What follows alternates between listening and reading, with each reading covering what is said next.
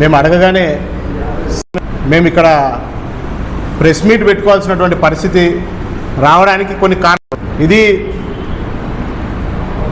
భూమికి సంబంధించినటువంటి విషయం, కేవలం భూమికి సంబంధించినటువంటి విషయం కాదు. ఇది ఒక చరిత్రకు సంబంధించినటువంటి విషయం. ఈ దేశానికి, భారతదేశానికి స్వాతంత్రం రావడానికంటే ముందే బ్రిటిష్ల పరిపాలనలో ఈ అనంతపురం జిల్లా ఉన్న రోజులలోనే మా పేదరికాన్ని చూసి మేము కురువళ్ళం, మేమేమి ఎకరాల భూమిలో పంటను పండించి మా పంటను అమ్ముకొని దాని నుంచి వచ్చినటువంటి ఆదాయంతో బతికేటువంటి పరిస్థితులు ఉన్నటువంటి వాళ్ళం కాదు. మా తాతలు గొర్రెలు కాసుకొని కష్టాలతోటి వాళ్ళ జీవితాలను వాళ్ళు ముందుకు తీసుకుపోయి ఇంట్లో ఉన్నటువంటి వాళ్లకు బియ్యం పెట్టి అన్నం పెట్టలేనటువంటి పరిస్థితిలో వీళ్ళు పంట పండించుకోలేరు, వీళ్ళు బతకలేరు, వీళ్ళు పేదరికంలో ఉన్నారు. పేదరికంలో కుక్కల్లాగా లేకపోతే వేరే జీవుల్లాగా తిండి లేకుండా చచ్చిపోకూడదని చెప్పి తిండి పుట్టించుకోవడం కోసం అర్ధెకర భూమి ఇస్తే, అప్పుడు ఉన్నటువంటి బ్రిటిషులు భూమి ఇస్తే, స్వాతంత్ర భారతదేశంలో ఇన్ని సంవత్సరాల తర్వాత రెవెన్యూ కోర్టులో మాకు అన్యాయం జరిగింది.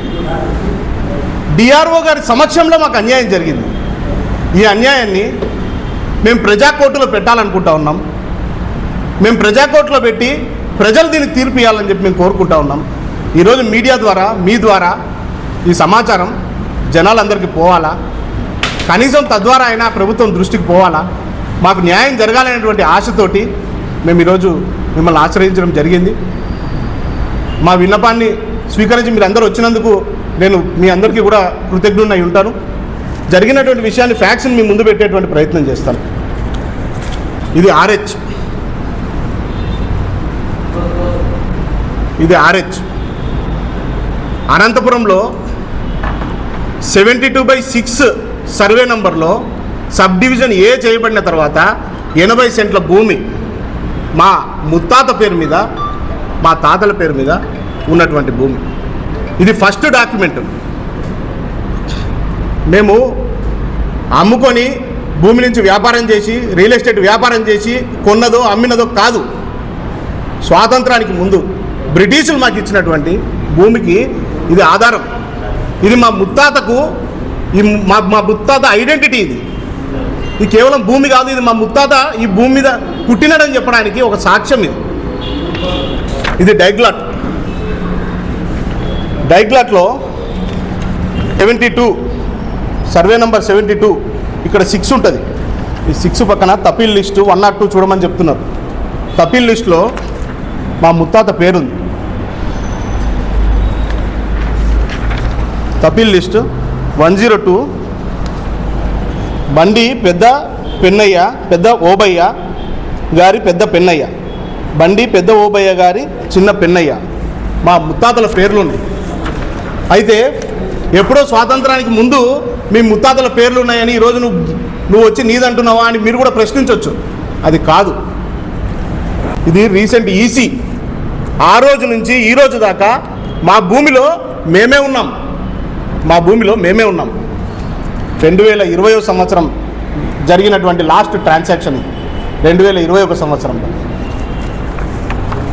ఈ ఈసీ ఎప్పుడైతే తీయగలుగుతామో, ఫస్ట్ ఈసీ డాక్యుమెంట్ ఏ రోజైతే తీయగలుగుతామో 1990 నుంచి ఇప్పుడు ఉన్నటువంటి 2020 వరకు దీంట్లో ఇన్ని రకాల ట్రాన్సాక్షన్స్ జరిగినాయి.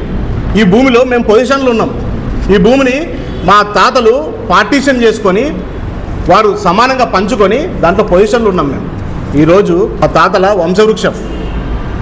వంశవృక్షం ఎంఆర్ఓ గారు ఇచ్చినటువంటి మా తాతల వంశవృక్షం ఇది. మా ముత్తాత, మా తాత, మా తండ్రులు పేర్లున్నాయి. మేము హక్కుదారులం, మేము పట్టదారులం, మేము పొజిషన్లో ఉన్నటువంటి వాళ్ళం. అయితే మా భూమిని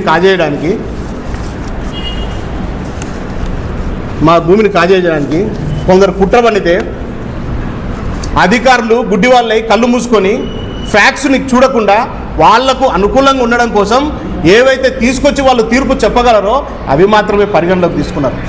డిఆర్ఓ గారు రెవెన్యూ రికార్డ్స్ని పరిశీలించకుండా, డిఆర్ఓ గారు ఒక జ్యుడిషియరీ కోర్టులో 2010లో ఇచ్చినటువంటి తీర్పుని పరిశీలించకుండా తన యొక్క పవర్స్ని మిస్యూజ్ చేస్తూ దుర్వినియోగం చేస్తూ మాకు వ్యతిరేకంగా తీర్పునిచ్చినాడు. మేము మీకు కోరుకుంటున్నది ఒకటే, ఈ తీర్పుని ఆధారంగా ఇంకొక 10 రోజుల్లోనో 5 రోజుల్లోనో వారం రోజుల్లోనో వీళ్ళు ఎంఆర్ఓ ఆఫీస్ దగ్గర పట్టాను పొందేటువంటి ప్రయత్నం చేస్తూ ఉన్నారు. అది పొంది దీంట్లో కొత్త డిస్ప్యూట్ తీసుకొస్తారు. ఇంకొక కుట్రదారుని ఇంకొక భూ కబ్జాదారుని తీసుకొచ్చి తక్కువ రేటుకి భూమిని అమ్మేసుకుంటారు. అప్పుడు దీన్ని సివిల్ డిస్ప్యూట్గా తీసుకొచ్చి ఇంకొక 10 సంవత్సరాలు ఇంకొక 15 సంవత్సరాలు మా భూమి పైన మమ్మల్ని లేకుండా చేయాలనేటువంటి ప్రయత్నం చేస్తున్నారు. నేను బద్రీనాథ్ అనేటువంటి వ్యక్తి మా పైన పిటిషన్ వేయడం జరిగింది. ఆ పిటిషన్ని అసలు స్వీకరించేటువంటి రైట్ కూడా లేదు డిఆర్ఓ గారికి. ఎందుకంటే 2010వ సంవత్సరంలో ఎవరైతే బద్రీనాథ్ అనేటువంటి వ్యక్తి ఉన్నాడో ఆయన తండ్రిగా చెప్పుకుంటున్నటువంటి వ్యక్తి ఇది మా అమ్మగారికి ఉన్నటువంటి భూమి అని సివిల్ కోర్టులో కేసు వేసినారు. అదేదో తీర్పు కూడా మాకు ఆయన వ్యక్తి ఎవరో కూడా తెలియదు. మాకు ఆయన మేము చూసింది లేదు పెట్టింది లేదు, ఆయన ఎవరో కూడా తెలియదు మాకు. ఆయన హఠాత్తుగా ఒక రోజు నిద్రలోకి వెళ్ళి లేచినట్టు మొన్న 2 నెలల క్రితం కోర్టులో ప్రత్యక్షమైన ఆయన ఎవరో కూడా తెలియదు మాకు. 2010వ సంవత్సరంలో OS 105/2010లో ఈ బద్రీనాథ్ నేను ఎవరి కొడుకునని చెప్పుకుంటున్నాడో వాళ్ళ తండ్రి కేసు వేసినాడు. జడ్జిమెంట్ చూడండి. ఆయన కంటెస్ట్ చేయలేక, ఆయన దగ్గర డాక్యుమెంట్స్ లేవని చీఫ్ అఫిడవిట్ ఫైల్ చేసుకోలేక కేసు డిస్మిస్ అయింది. కేసు డిస్మిస్ అయినటువంటి 12 సంవత్సరాల తర్వాత దాదాపు 2010లో కేసు అయితే 2024లో కొడుకు నిద్రలోకి వెళ్ళేసి కేసు ఫైల్ చేస్తాడు. అది ఎక్కడ ఫైల్ చేస్తాడు? సివిల్ కోర్టు డిసైడ్ చేసినటువంటి మ్యాటర్ని రెవెన్యూ కోర్టులో ఫైల్ చేస్తాడు. మీరు పోయి సివిల్ కోర్టులో డిస్ప్యూట్ చూసుకోండి అని రెవెన్యూ అధికారి చెప్పకుండా ఆయన తీర్పు ఇచ్చేస్తాడు. దీంట్లో పూర్తిగా కుట్రకోణం ఉన్నది. ఎంఆర్ఓ రిపోర్ట్ ఇచ్చినాడు. దీంట్లో ఎంఆర్ఓ దగ్గర రికార్డ్స్ ఉంటాయి. మీరు ఈ భూమికి ఎవరు హక్కుదారులో నాకు రిపోర్ట్ ఇవ్వండి అని డిఆర్ఓ సమాచారం ఇస్తే ఆయనకు నోటీస్ పంపిస్తే ఎంఆర్ఓ రిపోర్ట్ ఇచ్చినాడు. ఏమని ఇచ్చినాడు? అయ్యా, ఈ ఎవరైతే క్లెయిమ్ చేస్తున్నటువంటి వ్యక్తి యొక్క తండ్రి వాళ్ళ తల్లి ఈ భూమిని 1970వ సంవత్సరంలో, ఇది పూర్తిగా దీన్ని మీకు క్లియర్గా చెప్పేటువంటి ప్రయత్నం చేస్తాను. ఇది సర్వే నంబర్ 72/6. దీంట్లో డైగ్లాట్ పట్టాలో 3 ఉన్నారు. నాగసముద్రం, బండి, ఎర్రస్వామి. పెద్ద పెన్నయ్య, చిన్న పెన్నయ్య. పెద్ద పెన్నయ్య, చిన్న పెన్నయ్య ఇద్దరు మా ముత్తాతలు. బండి ఎర్రస్వామి అనేటువంటి వ్యక్తి సమ్ అదర్ పర్సన్. మేము ఫస్ట్ నుంచి కూడా ఇది 2 ఎకరాల 38 సెంట్ల భూమి. మేము ఫస్ట్ నుంచి కూడా 80 సెంట్లు మాత్రమే మాది అని క్లెయిమ్ చేస్తున్నాం. ఈవెందో 3 పట్టాదారులలో 2 పట్టాదారులు మా వాళ్ళు ఉన్నప్పటికీ కూడా మేము అక్రమంగా అన్యాయంగా మేము వేరే రకంగా చూడలేదు. మాకు 80 సెంట్లు మాత్రమే మాదని ఫస్ట్ నుంచి మేము క్లెయిమ్ చేసుకుంటా ఉన్నాం. దీంట్లో అన్యాయమైనటువంటి విషయం ఏంటంటే 1936లో ఈ ఎర్రస్వామి తన కొడుకులకు భాగ పరిష్కారం పేరు మీద 66 సెంట్లు పెద్ద కొడుక్కి, 66 సెంట్లు చిన్న కొడుక్కి చేసినాడు. అయితే ఎంత అవుతుంది? 66 132, అంటే 1 ఎకరా 32 సెంట్లు మాత్రమే వాళ్ళవి అని వాళ్ళు క్లెయిమ్ చేసుకున్నారు. ఇంతకుముందు ఎక్కడ కూడా దాన్ని తీసుకొచ్చి చూపించే ప్రయత్నం చేయలేదు. హఠాత్తుగా రెవెన్యూ కోర్టులో 1940 డాక్యుమెంట్ తీసుకొచ్చి దాంట్లో ప్రొడ్యూస్ చేసినారు. ఏమన్నారు? ఇది ఒక అగ్రిమెంట్ ఉన్నది మా మధ్య, కాబట్టి ఆ అగ్రిమెంట్ ప్రకారంగా 132 కాకుండా ఇంకొక అదనపు 35 సెంట్లు ఉంది. ఆ 35 సెంట్లు మా తండ్రి గారి పేరు మీద ఉంది, దాన్ని తీసుకొచ్చినామని ఒక బోగస్ డాక్యుమెంట్ తీసుకొచ్చి 1936లో భాగ పరిష్కారం అయిపోయినటువంటి వ్యక్తి బండి ఎర్రస్వామి గారి కుమారులు వెంకటప్ప, నారప్ప. ఈ నారప్ప అనేటువంటి వ్యక్తి అంట వెంకటప్ప వాళ్ళ తండ్రి ఇద్దరి దగ్గర ఉన్నటువంటి అప్పుల్ని క్లియర్ చేసినాడంట. అప్పుల్ని క్లియర్ చేసినందుకు గాను వెంకటప్ప మరియు వాళ్ళ తండ్రి ఎర్రస్వామి ఇద్దరు కలిసి ఈయన పేరు మీద మొత్తం భూమిని రాసిచ్చేసినారంట. మరి రాసిచ్చేస్తే నువ్వు ఎవరి మీద అయ్యా కేసు వేయాల్సింది? ఇప్పటికీ కూడా పొజిషన్లో 72/6Bలో వెంకటప్ప పేరు కనపడతా ఉంది. వెంకటప్పకు నీ తండ్రి ద్వారా ఆస్తి పంచుకున్న తర్వాత, వెంకటప్ప భాగం వెంకటప్ప తీసుకున్న తర్వాత వెంకటప్పకు భూమి ఎన్ని నుంచి వస్తుంది? అది కదా నువ్వు క్వశ్చన్ చేయాల్సింది. బద్రీనాథ్ అనేటువంటి వ్యక్తి పిటిషనర్. బద్రీనాథ్ వాళ్ళ తండ్రి వాళ్ళ తల్లి ఆమె 1970లో ఈ నారప్ప అనేటువంటి వ్యక్తి దగ్గర ఈ సోకాల్డ్ ఎకరా 67 సెంట్లు కొన్నది. ఆ ఎకరా 67 సెంట్లు నారప్పకు అమ్మడానికి హక్కే లేదు. అది లేదని ఆమెకు కూడా తెలుసు. అందుకే ఆమె ఏ రోజు క్లెయిమ్ చేయలేదు బతుకున్న రోజులు. 2007లో ఆమె చనిపోయింది.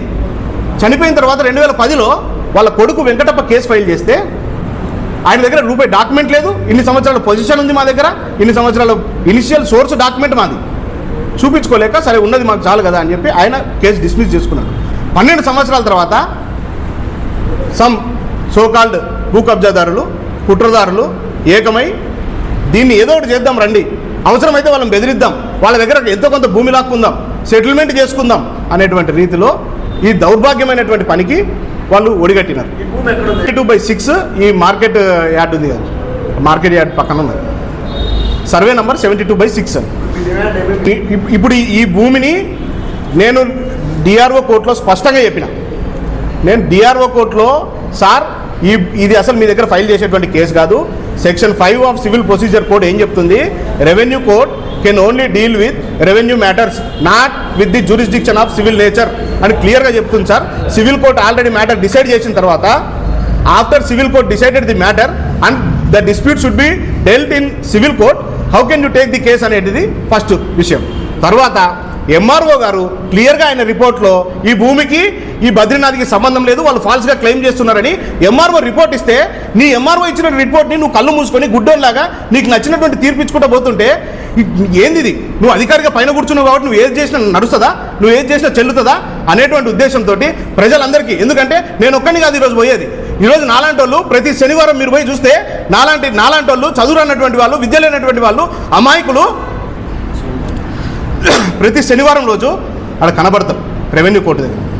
బాధితులై పిట్టల్లా కూర్చొని ఉంటారు. ఇట్లా సార్ నాకు తీర్పు చెప్తాడు, నాకు దేవత లాంటి వ్యక్తి, న్యాయమూర్తి, న్యాయానికి ప్రతిరూపమైనటువంటి వ్యక్తి డిఆర్ఓగా రెవెన్యూ కోర్టులో కూర్చున్నాడు, నాకు న్యాయం చెప్తాడని చెప్పి వాళ్ళు అమాయకంగా బయట వెయిట్ చేస్తుంటే నేను చదువుకున్నాను, అటువంటి నాకే నువ్వు ఇంత అన్యాయం చేసినావు, రేపు అమాయకులకు నువ్వు ఏం న్యాయం చేస్తావు? నేను మళ్ళా కూడా చెప్తా ఉన్నాను, మా తండ్రులు మా తాతలు విద్యావంతులు కాదు, వాళ్ళు గోచులు కట్టుకొని గొర్రెలు కాచుకొని తిరిగినటువంటి వాళ్ళు వ్యాపారం చేయడానికి లేకపోతే పంటలు పండించుకొని దాని మీద బతకడానికి కాదు, వాళ్ళు తిండి బతకడానికి అది దగ్గర భూమి ఇచ్చినారు. అది గుర్తుపెట్టుకోండి, దాన్ని కాజేయడం దౌర్భాగ్యం. మా తాతల ఐడెంటిటీ అది. నేను మళ్ళీ ఒక విషయం దీని మీడియా ముఖంగా నేను చెప్పదలుచుకుంటా ఉన్నాను, ఎవరైతే దీన్ని కొనదలుచుకుంటా ఉన్నారో వాళ్ళని కూడా విడిచిపెట్టాం, వాళ్ళని కూడా కోర్టుకు లాగుతాం, వాళ్ళ మీద క్రిమినల్ సెక్షన్లు కూడా ఫైల్ చేస్తాం. ఈయన మీద కూడా మేము డిఆర్ఓ గారిని కూడా హెచ్చరిస్తూ ఉన్నాం, రెవెన్యూ అధికారులను కూడా హెచ్చరిస్తూ ఉన్నాం, దయచేసి ఈ రకమైనటువంటి పనులు చేయకండి, ఈ రకమైనటువంటి పనులు చేసి మీరు ఇబ్బందులు పాల్గొనకండి. మేము దీని మీద కంపల్సరీ యాంటీ కరప్షన్ బ్యూరోకి, చంద్రబాబు నాయుడు గారి దృష్టికి, అవసరమైతే ప్రభుత్వం దృష్టికి కూడా తీసుకుపోతాం, ప్రతిపక్ష నాయకుల దృష్టికి కూడా తీసుకుపోతాం. మేము తప్పకుండా దీని మీద పోరాటం చేస్తాం. మాకి 80 సెంట్ల భూమి కలదు 72/6A గుత్తి రోడ్ నందు. వీరికి 40 సెంట్స్, మాకు 40 సెంట్స్, 40 సెంట్లు ఉంది. ఇది పూర్వకాలం ఆస్తి. దీన్ని భూ కబ్జాదారులు దాదాపు 20 సంవత్సరాలుగా మమ్మల్ని పట్టి పీడిస్తున్నారు. మేము ఏదో విధంగా స్టెప్ బై స్టెప్ వేసుకుంటూ ముందుకు వస్తున్నాం. ఇది దాదాపు అందరికీ తెలిసిండేది, అనంతపురంలో ఉండే వాళ్ళందరికీ తెలిసిండేది. మేము కోర్టులో కూడా దాన్ని ఫైల్ చేసినాం. కోర్టులో కూడా సార్ మా మీద ఇట్లా వచ్చి వాళ్ళు కోర్టుకి వేస్తున్నారు అంటే, అయ్యా ఇదే ప్రెస్ క్లబ్ నాదని చెప్పి వేరే వాళ్ళు ఇవ్వచ్చు, కానీ అది నాదే నీదే అని నేనే నీకు లాయర్గా తీసుకుంటాను, నీదైతే నీది వాళ్ళదైతే వాళ్ళది అంటారు అని చెప్పి కేసు తీసుకున్నాడు. అది మాకు అనుకూలంగా తీర్పు వచ్చింది 2010లో. మరి చక్రం తిప్పాలని మరీ చూస్తున్నారు. మేము కోరేది ఏమంటే డిఆర్ఓ సార్ గారు 40 సెంట్లు వాళ్ళకి 40 సెంట్లు మాకు 40 సెంట్లు ఉంటే 40 సెంట్లు వాళ్ళకి మాత్రమే ఇది ఇచ్చాడు, నోటీస్ అనేది ఇచ్చారు. మిగతా 40 సెంట్లు వాళ్ళకి నోటీసు ఎందుకు కనపరచలేదు అని నేను ప్రశ్నిస్తున్నాను. దానికి గాను నేను పొలంలోకి వెళ్ళింటే ఆ పొలం దగ్గర లేదు, ఆల్రెడీ తీర్పు మాకు అయిపోయింది అని, వాళ్ళకి ఎవరికో అయిపోయింది అని చెప్పి వేరే వాళ్ళు చెప్తే నాకు ఆశ్చర్యమయ్యి నేను కలెక్టర్ ఆఫీస్ దగ్గరికి వెళ్ళాను. కలెక్టర్ ఆఫీస్ దగ్గరికి వెళ్ళి డిఆర్ఓ సార్ని గారిని కలిసిన తర్వాత ఏం సార్ మాకు ఏదో తీర్పు అయిపోయిందంట, ఏం కథ అంటే అవునండి అన్నారు. ఎట్లయిపోతుంది సార్, 40 సెంట్స్ నాది ఉంది, దాంట్లో నాకు ఒక్క నోటీస్ రాలేదు, నాకు నోటీస్ ఇవ్వకోకుండా వాళ్ళకు ఎట్లు ఇచ్చినారు అని చెప్పిన. అంటే ఆల్రెడీ నోటీస్ పంపించినామండి అన్నారు. వాళ్ళు మేము మాట్లాడడం, మాకు వాళ్ళు ఏం చెప్పిండేది ఏం లేదు. ఇప్పుడేమంటే అంతా ఇదే అయిపోయింది కాబట్టి మేము మళ్ళీ కలిసి మాట్లాడుతున్నాం. మాకెందుకు పంపించలేదు అంటే గిన సరేలే ఇప్పుడు నువ్వు వచ్చినావు తీసుకో అంటున్నాడు. నువ్వు కాపీ ఇవ్వు, రాసివ్వు, అర్జీ రాసివ్వు, తీసుకో అంటున్నాడు. ఎప్పుడు ఇస్తున్నారు? ఆర్డీఓ సార్ గారు జడ్జిమెంట్ అయిపోయిన తర్వాత మాకు కాపీలు ఏమేమి ఉన్నాయో అవి ఇస్తున్నారు. ఏమి జడ్జిమెంట్ అయిపోయింది తీసుకో బాబు అని చెప్పి ఇస్తున్నాడు. అదేదో ముందుగా మాకు నోటీస్ ఇచ్చింది అంటే నేను కూడా ఒక లాయర్ని అనేది పెట్టుకుంటాంటి కదా. అంటే ఆ అవకాశం కూడా కల్పించుకోకుండా సార్ గారు అలా చేయడం చాలా తప్పు. అన్నీ క్షుణ్ణంగా పరిశీలించి 40 సెంట్లు ఎవరికి ఉంది, 40 సెంట్లు ఎవరికి ఉంది అని వాళ్ళకి నోటీసులు పంపించింది ఇంటేగినా బాగుండేది. మేము కూడా ఒక లాయర్ని పెట్టుకుంటా అంటే అది కోర్టులో మనం ఏమనేది పోరాడుకుంటా అంటే అది వాళ్ళకే మాకే అనేది తెలుస్తాండే. ఆ అవకాశం ఇవ్వకుండా డిఆర్ఓ గారు చేయడం చాలా తప్పు అని నేను చెప్పినాను. దాని తర్వాత డిఆర్ఓ గారికి అర్జీ ఇస్తే దానికి సంబంధించి కాపీలు అన్నీ ఇచ్చినాడు. ఏం చేసుకోవాలా అని అడుగుతున్నా. జడ్జిమెంట్ మీరు ఇచ్చిన తర్వాత నాకు ఆ కాపీలు ఇచ్చి బూడిదలో పోసిన పన్నీర్ అన్నట్లా ఏం అగ్గిపుల్ల తీసుకొని తగలబెట్టల్లా దాన్ని కాపీలు తీసుకొని ముందుగా ఎందుకు ఇవ్వలేదు డిఆర్ఓ సార్ గారు అని నేను ప్రశ్నిస్తున్నాను డిఆర్ఓ సార్ గారిని. దీని మీద పత్రికా విలేకరులందరూ న్యాయం చేయాలని కోరుకుంటున్నాం. అన్యాయాన్ని వ్యతిరేకించాలనుకుంటున్నాం. అది అన్యాయం మాదైనా కూడా వ్యతిరేకించండి, న్యాయం పక్క నిలబడాలని మరొక్కసారి పత్రికా వాళ్ళకి వేడుకుంటున్నాం.